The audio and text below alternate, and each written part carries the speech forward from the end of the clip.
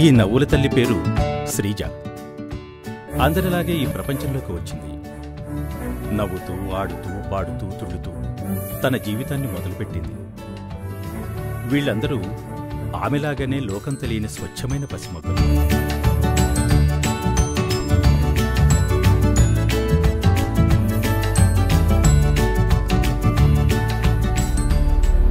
శ్రీజ తల్లిదండ్రులు ఉద్యోగస్తులు. శ్రీజను నానమ్మతో పాటు ఉంచి వారు తమ ఉద్యోగాల్లో మునిగిపోయారు. శ్రీజ ఇంట్లో ఉన్నప్పుడు, పక్కింట్లో ఆడుకుంటున్నప్పుడు, ట్యూషన్కు వెళ్ళినప్పుడు ఏం జరిగిందో చూద్దాం. అమ్మా శ్రీజా, అమ్మా శ్రీజా, లే అమ్మా, స్కూల్కి టైం అవుతుంది. ఒరే తిమ్మప్ప, ఎక్కడ చచ్చావురా? త్వరగా వచ్చి వేడి నీళ్ళు పెట్టు.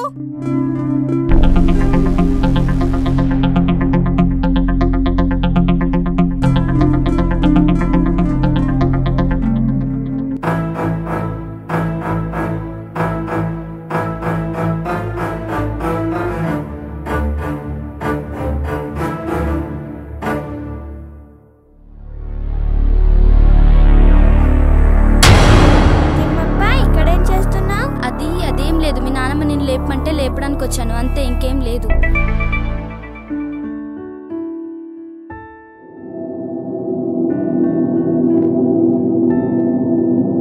ఏంటి ఆ తిమ్మప్పతో బాగా తిరుగుతున్నావు అంట?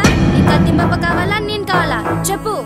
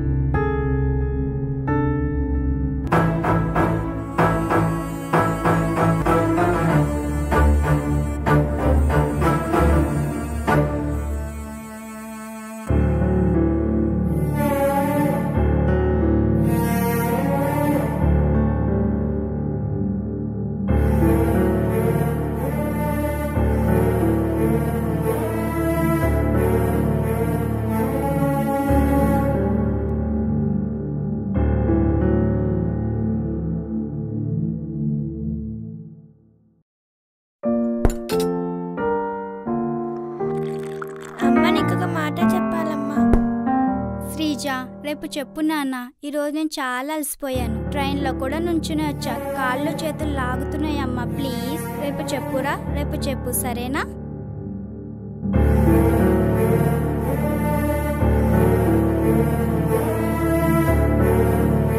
శ్రీజ, ఇక్కడికి రా, కూర్చో. ఏంటి మధ్య నువ్వు బాగా చదవడం లేదంట? మీ టీచర్ ఫోన్ చేసి చెప్పారు. అలా చేస్తే ఎలా నాన్న?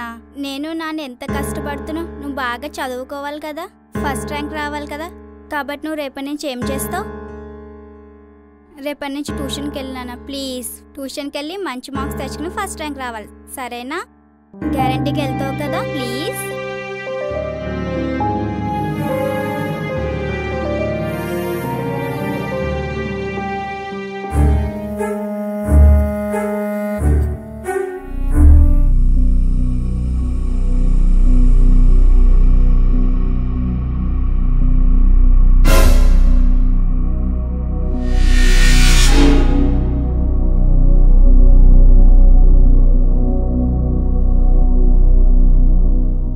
వీటన్నిటితో శ్రీజ గందరగోళంలో పడింది. అందరూ ఎందుకిలా చేస్తున్నారు, వింతగా అసహ్యంగా ప్రవర్తిస్తున్నారు, ఆ చిన్ని మనసుకి అర్థం కాలేదు. అమ్మా నాన్న బిజీ, ఎవరికి చెప్పుకోవాలో తెలియటం లేదు. దానితో చదువు మీద శ్రద్ధ తగ్గింది. చిరాకు అసహనం ఎక్కువయ్యాయి. ఆ తర్వాత ఏం జరిగింది చూద్దామా? Good morning ma'am. One girl is not reading well, ma'am, and her marks are not good, and she's absent for many days.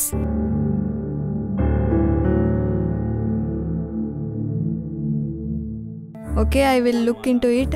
You may go now. Thank you, ma'am.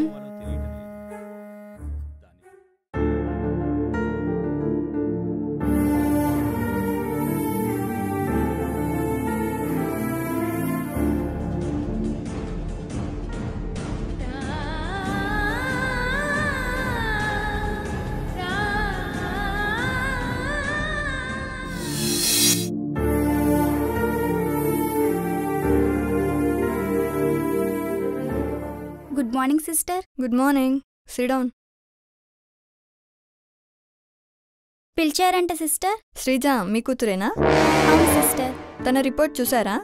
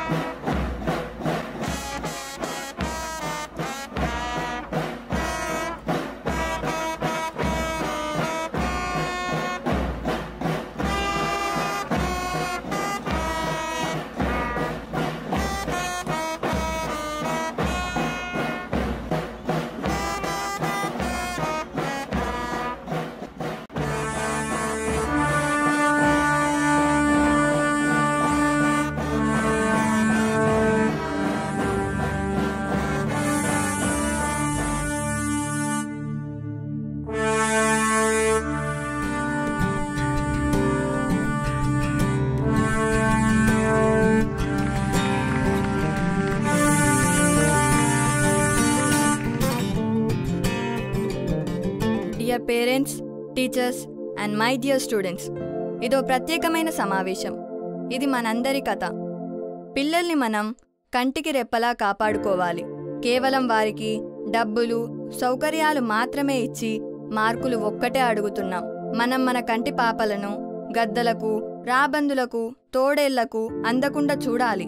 కానీ వీటన్నిటిని మించి పేరెంట్స్కి, టీచర్స్కి తెలియాల్సిన, తెలుసుకోవలసిన మరో విషయం ఉంది. అదేంటో ఈనాటి మన ముఖ్య అతిథి, ప్రముఖ ఐపీఎస్ ఆఫీసర్, షీ టీమ్స్ను సమర్థవంతంగా నడిపిస్తున్న స్వాతి లక్రా గారు వివరిస్తారు. వారు మన పాఠశాలకు విచ్చేయటం ఎంతో ఆనందంగా ఉంది, స్ఫూర్తిదాయకంగా ఉంది. వారిని మాట్లాడవలసిందిగా కోరుతున్నాము. Please ma'am.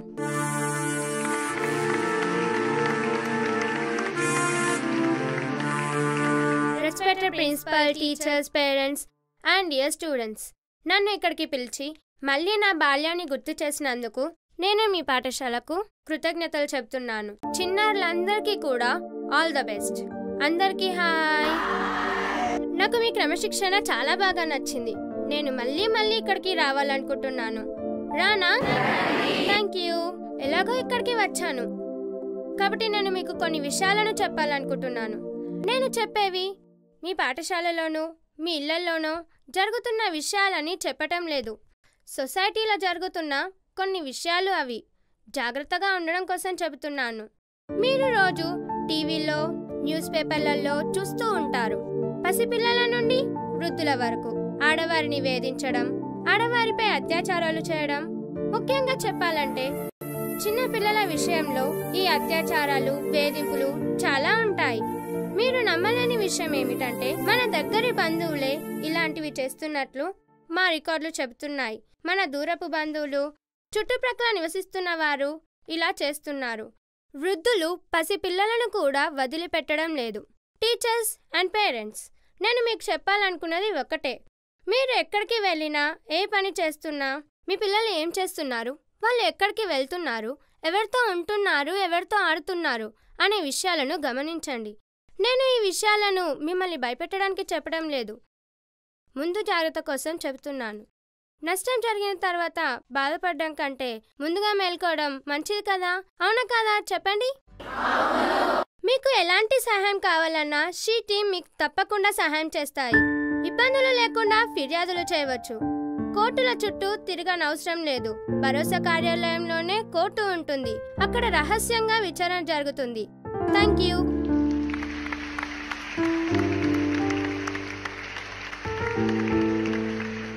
Thank you ma'am. మీరంతా స్వాతి లక్రా గారు చెప్పిన మంచి విషయాలు విన్నారు కదా. టీచర్స్కి అండ్ పేరెంట్స్కి ఒక చిన్న రిక్వెస్ట్ ఏమిటంటే, పిల్లలు పరధ్యానంగా ఉన్నా, చదువుపై శ్రద్ధ వహించకపోయినా కారణాలేంటో తెలుసుకోండి. చదువు ఒక్కటే కాదు, వారి మంచి చెడ్డలు మనకు ముఖ్యమే. పిల్లలు రంగురంగుల గులాబీలు. ఆ సున్నితమైన పువ్వులను క్రూరంగా తుంచకుండా ముల్లలాగా రక్షించాలి. Thank you.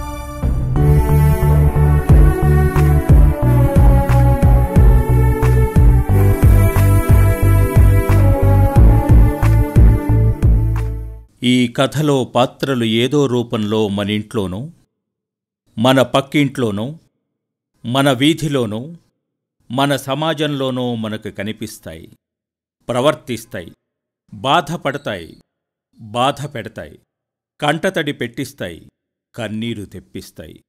మనం ఏమీ అనుకోకపోతే భుజాలు తడుముకునేటట్లు చేస్తాయి. ఈ విషయాలు మీకు తెలిస్తే చేయి కలపండి, తెలియకపోతే కళ్ళు తెరవండి.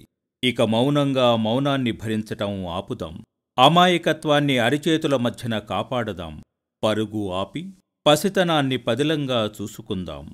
గులాబీల చుట్టూ ముళ్ళుగా మారి వాటిని రక్షిద్దాం.